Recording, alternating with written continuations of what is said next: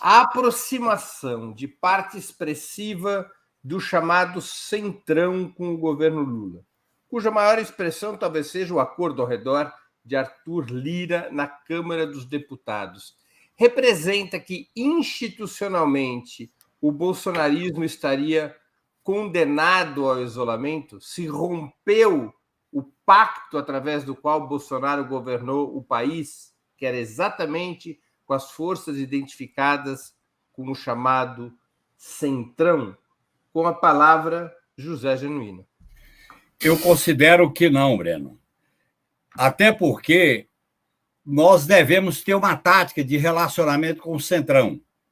Eu tenho defendido uma governabilidade tensionada. O que é uma governabilidade tensionada? A autoridade do presidente da República como chefe de Estado e chefe de governo. A constituição de um polo à esquerda dentro do parlamento. E as negociações se darem, devem se acontecer pontualmente. Essa ideia de fazer um blocão para 308, um blocão para 257, vai rebaixar o programa e as medidas do governo Lula. Isso cria uma contradição com as aspirações do movimento social e da sociedade. Portanto, esse modelo de governabilidade é mais delicado. Não é um blocão que se forma com o centrão. Você faz uma negociação por partido, pontualmente. E, evidentemente, nós temos que incorporar nessa governabilidade o posicionamento político. Eu acho que o Lula está tomando posições políticas de disputa sobre o Banco Central, sobre o golpe, teto de gastos, os Yanomamis, sobre a questão da integração sul-americana, sobre a ida aos Estados Unidos.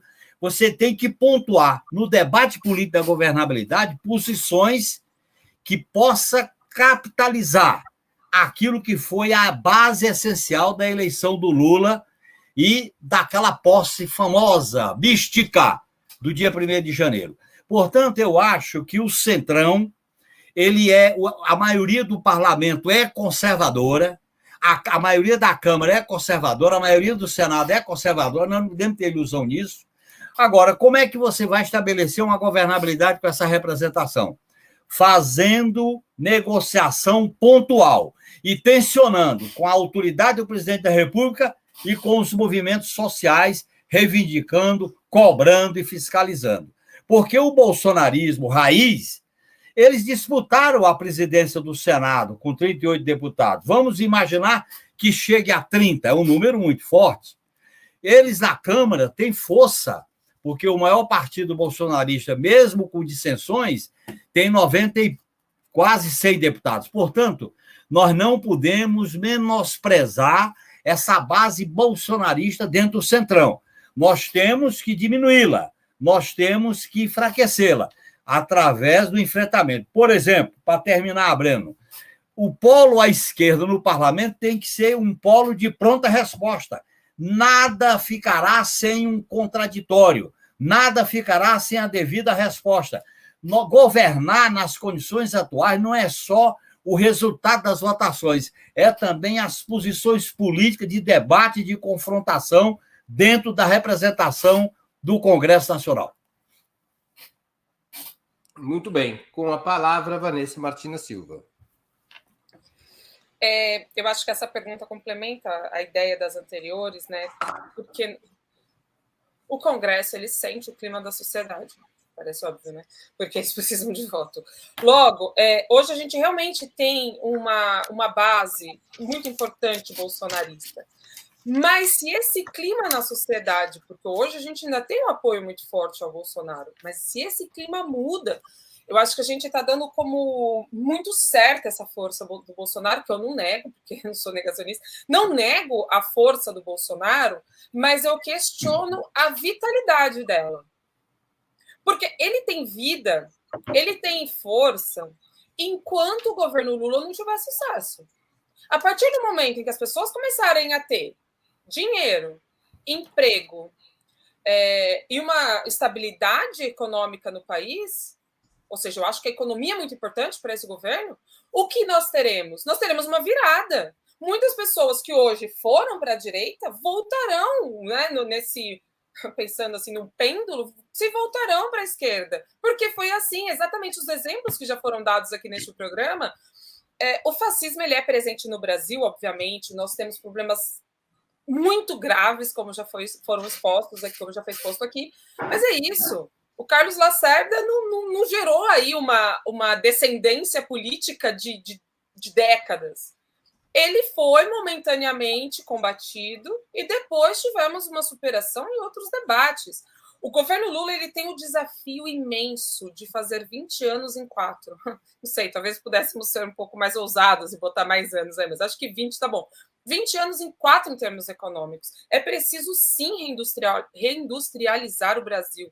Quando Lula fala para a Europa, nós não queremos fazer um acordo com a União Europeia, Mercosul, que impeça a nossa industrialização, isso é muito importante. Todos os sinais iniciais que o Lula está dando é muito importante.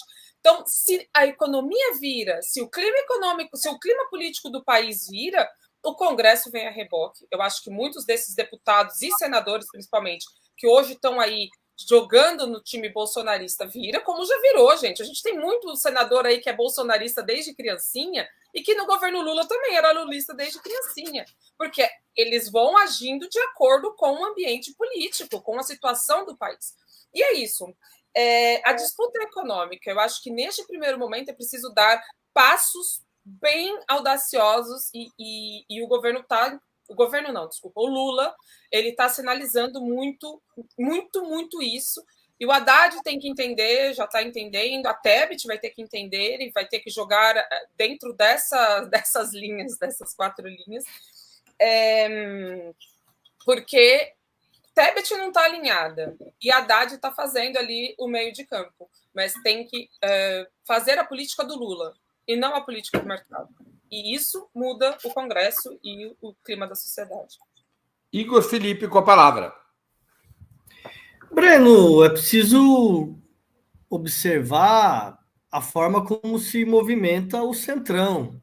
Então, o Centrão, chamado Centrão, que é um segmento fisiológico do campo da direita, que tem linhas programáticas gerais, conservadoras e neoliberais, mas que se posiciona, sobretudo, em torno dos seus interesses pequenos.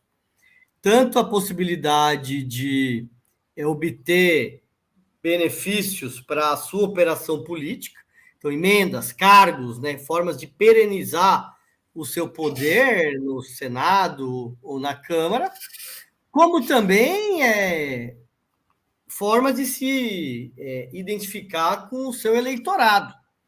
Então, começo de governo, depois que ganha eleição, toma posse, o governo ele tem uma margem política, que é uma força política, que é um polo atrativo para um setor, para esse setor.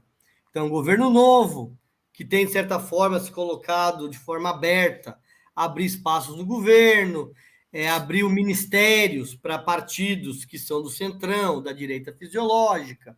Então, na medida em que eles têm a perspectiva de que esse governo tem uma aprovação na sociedade e que possa atender os seus pequenos interesses da sua reprodução enquanto deputados e senadores, eles vão estar junto com o governo. Eu acredito que a grande questão é, primeiro, se o governo passar a enfrentar problemas na sua popularidade, ou seja, se o governo não atender às expectativas da sociedade, que significa resolver o problema do povo, resolver o problema das maiorias. Então, se o governo não conseguir resolver o problema das maiorias, esse setor vai se desgarrando, né? E o segundo é a capacidade do governo atender esses setores, né? Então, na medida em que o governo consegue atender, eles ficam mais ou menos coesos. Mas uma grande questão é que eu acho que o Centrão, ele pode estar com o Lula agora, mas ideologicamente ele está muito mais próximo do que é o bolsonarismo e também do ponto de vista dos seus interesses menores. O Bolsonaro teve um governo, Breno, que era um governo quase inteiro do Centrão, né? Acho que foi um governo do Centrão, né? Tanto a esquerda estava alijada, a centro-direita também, a direita... Então, era um governo do Centrão e dos militares, né? E agora, num governo como o do Lula, que tem uma divisão entre diversos partidos, o espaço deles é muito menor. Então, se agora eles podem compor com o governo, no momento seguinte, eles podem se distanciar e se reaproximar do bolsonarismo. Muito bem.